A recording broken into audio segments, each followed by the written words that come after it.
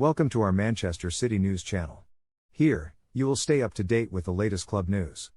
Subscribe now and follow along with us. You come at the Kings, you best not miss. The Premier League declared war on champions Manchester City this week, making serious allegations among over 100 charges that, if proven, would taint almost a decade of the club's recent success and could even call into question their position in the competition. After Pep Guardiola had said in his Friday press conference that it was very clear what side he was on as he mounted a fierce defense of the club's innocence, those inside the Etihad for the 3-1 win against Aston Villa showed exactly where they stood on the matter. "Fuck the Premier League," was the message that rang loud and clear from the Etihad. It was sung by the fans outside the ground to welcome the players in, and then sung inside the stands throughout the game. When it wasn't heard, there were songs for former manager Roberto Mancini and Sheikh Mansour that aren't regularly heard on a match day as City supporters picked up the siege mentality that Guardiola had driven in the week. The booing of the Premier League anthem before the game was really something, even at a ground where the Champions League anthem has been booed for years. There were even new banners for the occasion, on top of the existing ones that have taken on new meaning this week about City fighting until the end. If the charges against City are unprecedented, a tribute to a lawyer your club have hired, panic on the streets of London, must also be a first, while a few supporters have decided simply to draw a middle finger on a sheet with the words "investigate that." As importantly, the aggressive response was also carried by a team performance that may well be the brightest 90 minutes in the league since the Blues returned from the World Cup. It was certainly the fastest start as Rodri ghosted past Boubacar Kamara in the box to head City into the lead from a Riyad Mahrez corner after just 4 minutes.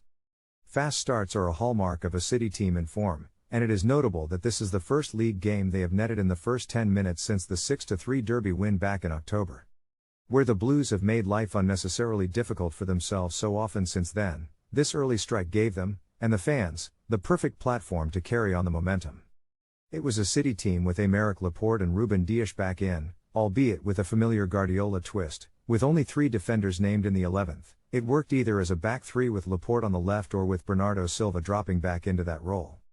Bernardo may well be on his way in the summer, but until he goes the manager is going to milk every position possible out of him. What happened next was exactly what Guardiola has been waiting for. City did not let up.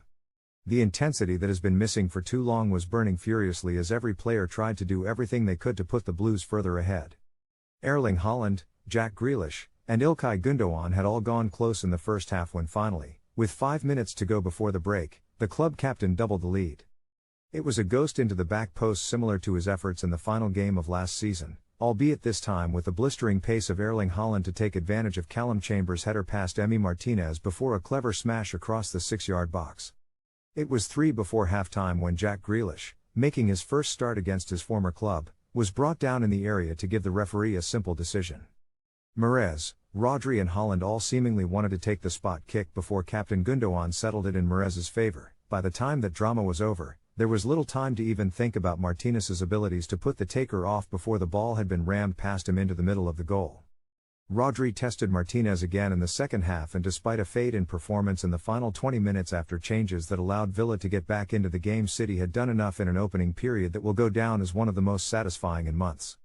Any talk of the players being distracted by the off-field allegations turned out to be as mistaken as Guardiola has suggested. And when the team slackened off to allow Ollie Watkins to pull a goal back, the fans stepped up again to remind the manager that it is anything but a happy flowers organization right now. Guardiola wanted a reaction and, in the most extraordinary circumstances imaginable, he has won. There is no shortage of irony in the fact that the Premier League may have sparked this by announcing alleged charges without any proof in the middle of an ongoing campaign. Beat Arsenal on Wednesday and the reigning champions will be top of the table and on course for 3 straight titles from an organization they are set to engage aggressively with in the courtroom. The Premier League will insist they are neutral in the situation, but the thought of the champions surging towards the top while the alleged breaches hang over them will not make Richard Masters and his colleagues sleep any easier at night. As awkward as City have made it for Premier League lawyers, this was the City that rivals are sick and tired of seeing under Guardiola as they ground their opponents into the floor and didn't let up. A week that began with damning accusations out of the blue has ended with renewed hope at the Etihad that they can actually win what they want to, on and off the pitch. Thank you so much for watching our Manchester City News channel.